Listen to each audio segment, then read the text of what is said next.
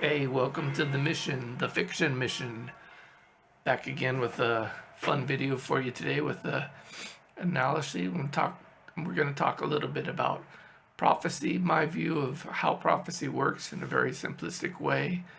Um, and so we'll be taking a look at the famous prophecy in the book of Mark, chapter 13, 1 and 2. Mark tells us that Jesus says the following tells us the following. As he was making his way out of the temple area, one of his disciples said to him, "Look, teacher, what stones and what buildings." And Jesus said to him, "Do you see these great buildings? There will not be one stone left upon another that will not be thrown down." All right. So this is a very famous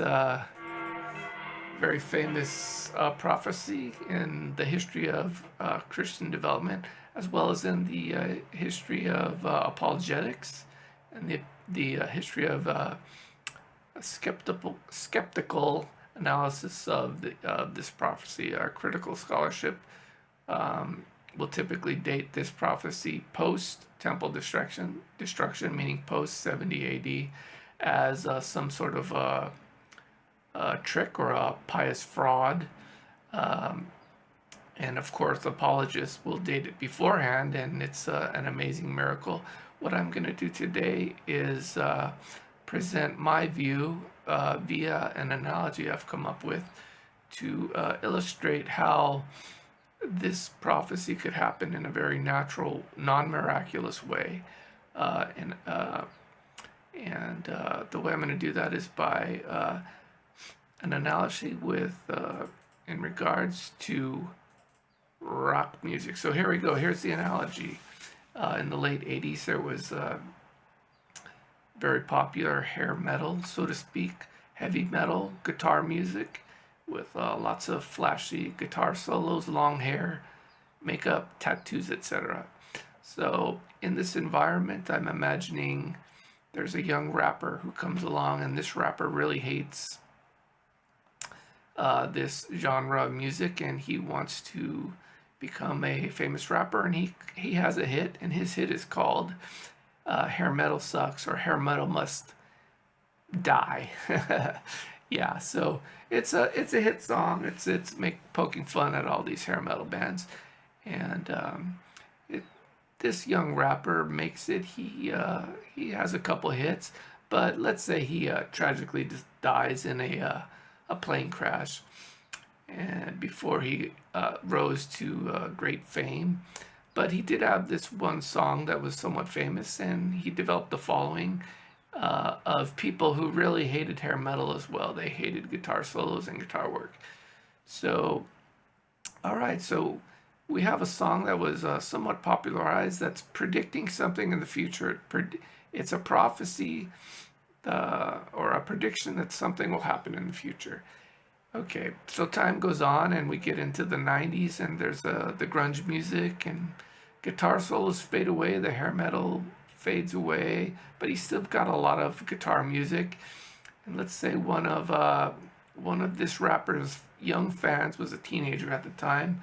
He develops a career in music, and he goes on to become a record producer, and then somehow over the years he becomes a influential influential media mogul, like a famous record producer, or runs a record company.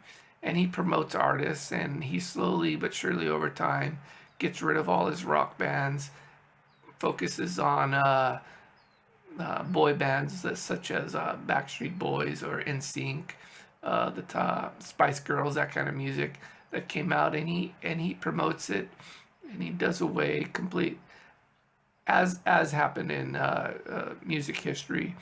Guitar music dies away, and guitar solos become a thing of the past.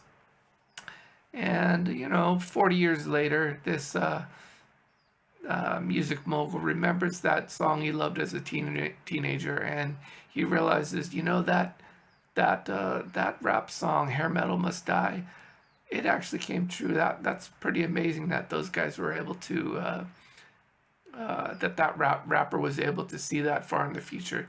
And so he decides to remake that song, and he gives it to one of his new young rap artists, and he remakes it, and it's sort of a fun spoof, and it reminds everybody where of music history and how this one prediction really did come true.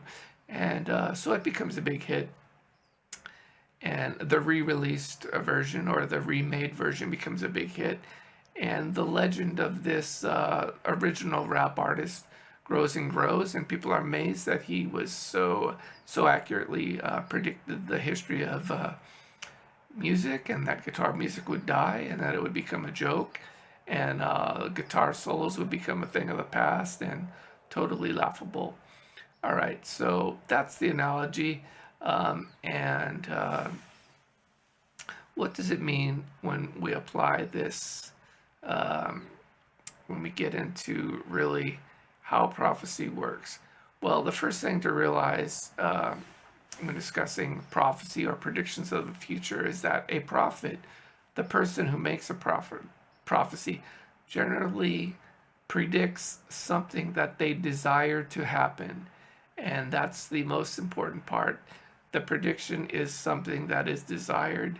For example, that the music of the day would change into something better or something less ostentatious or less flamboyant, as say hair metal was. So prophecy is about predicting what you desire to your community, to your social group, to your environment or your people. Okay, so that's the first thing to recognize, that prophecy is predicting what you desire to happen, or in some cases it could be steering your group, your social group, away from things that you don't want to happen.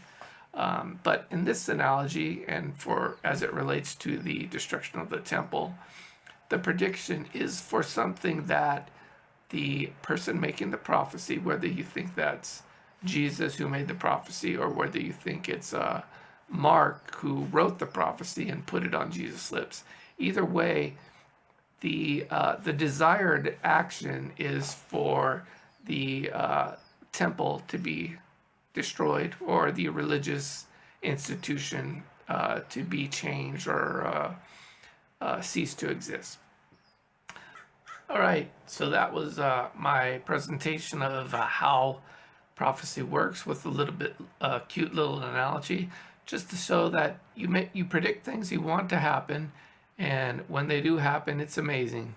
Or when your community or your people realize it happens, or detect something that they think fulfills the prophecy, well, then it's extra amazing. And of course, the farther away in time that the prediction comes true, the more amazing it seems.